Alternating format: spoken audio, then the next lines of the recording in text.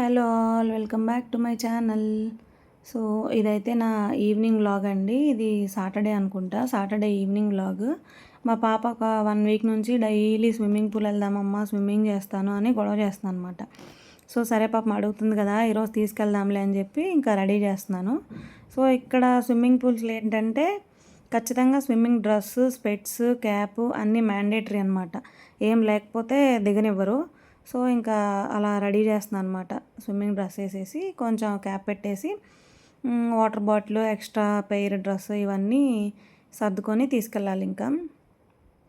So ఇక్కడైతే చాలా రోజులు అయిపోయింది క్యాప్ పెట్టి. ఇంకా లాస్ట్ టైం మా అమ్మాయి స్విమ్మింగ్కి వెళ్ళినప్పుడు గుండు అనమాట. అప్పుడు అంత కష్టపడలేదు. ఈసారి జుట్టు ఉండేసరికి పెట్టడానికి రావట్లేదన్నమాట. సో అలా వేసాక జుట్టు బయటకు వస్తుంది. ఓకే, ఇది కరెక్ట్ కాదు అనిపించి మళ్ళీ తీసేసాను అనమాట. తీసేసి జుట్టు మొత్తం పైకి పిలక పెట్టేశాను. పిలక పెట్టేసి ఆ క్యాప్ పెట్టేసి తీసుకెళ్తున్నాను అనమాట. సో ఇక్కడ చూసారు కదా, ఫస్ట్ వేసాను, మళ్ళీ జుట్టు అంతా బయటకు వచ్చింది. లోపలికి నెట్టేద్దామని చూస్తే అవ్వలేదన్నమాట. సో ఇంక ఇలా కాదులే అని పిలకేసేస్తున్నాను. మా అమ్మాయి ఎన్ని దెబ్బలు కొట్టినా ఓర్చుకుంటుంది, కానీ ఆ జుట్టు పట్టుకుంటే మాత్రం అమ్మ నొప్పి నొప్పి నొప్పి అంటది అనమాట. సో చూసారు కదా, ఆడ జుట్టు పట్టుకోగానే మెడల దగ్గర చేతులు ఎలా పట్టేసుకుంటుందో. నేను నార్మల్గా పట్టుకున్నా కానీ అది నొప్పి అంటది అనమాట. సో జుట్టు దగ్గర దానికి చాలా సెన్సిటివ్. సో ఇంకా పిలకేసిన తర్వాత క్యాప్ పెట్టేస్తే ఈజీగా అయిపోయిందనమాట. సో ఇంకా మా అమ్మాయి ఆనందానికి హద్దులు లేవండి. ఈరోజు స్విమ్మింగ్ 1 వీక్ నుంచి ఇదే గోల. ఇంకా అంత ఇంట్రెస్టెడ్గా ఉంది కదా అని చెప్పి తీసుకెళ్తున్నాను అనమాట.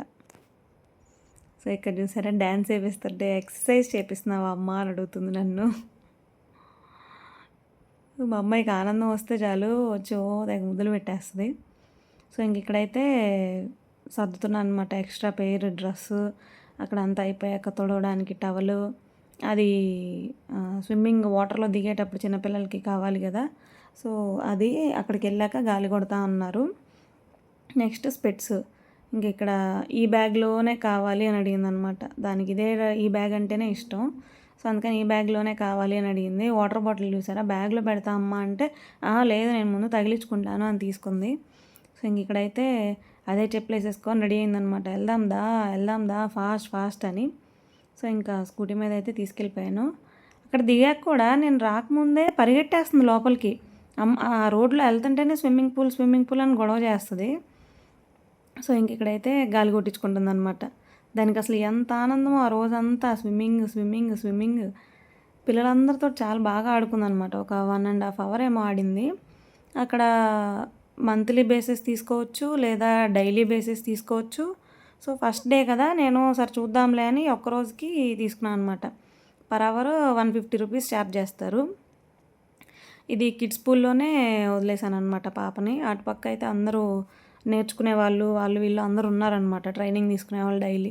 సో అక్కడైతే వాళ్ళు పిల్లలు అలా కొడుతుంటే వాటర్ మొహం మేము పడతాయిలే అని ఇంకా కిడ్స్ పూల్లోనే వదిలేసేసాను.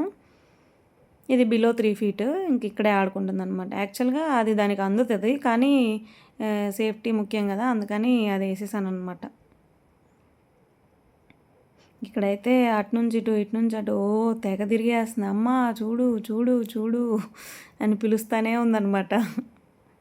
నేను వెళ్ళి అక్కడ కూర్చున్నా కానీ ఎతుక్కుంటుంది, అమ్మ ఎక్కడ నన్ను చూడట్లేదు ఏంటి అని.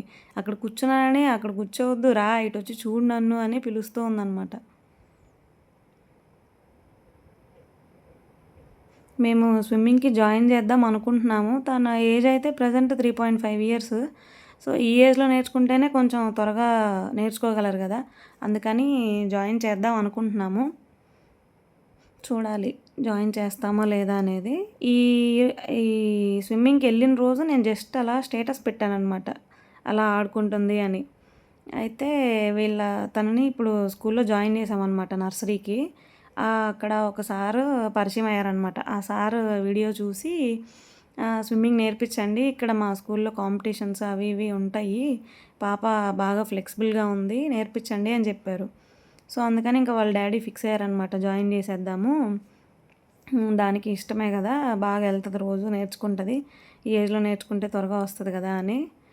ఇంకా స్విమ్మింగ్కి వెళ్ళొచ్చిన రోజు ఈవినింగ్ అయితే పాపం తుమ్ముతూ ఉందన్నమాట. చాలా రోజుల తర్వాత దిగింది కదా, క్లోరిన్ వాటర్ తాకూడదు అని తెలియదు కదా పాపం వాళ్ళకి. అలా జస్ట్ నోట్లోకి వెళ్ళిపోయినా కానీ మింగేస్తుందనమాట.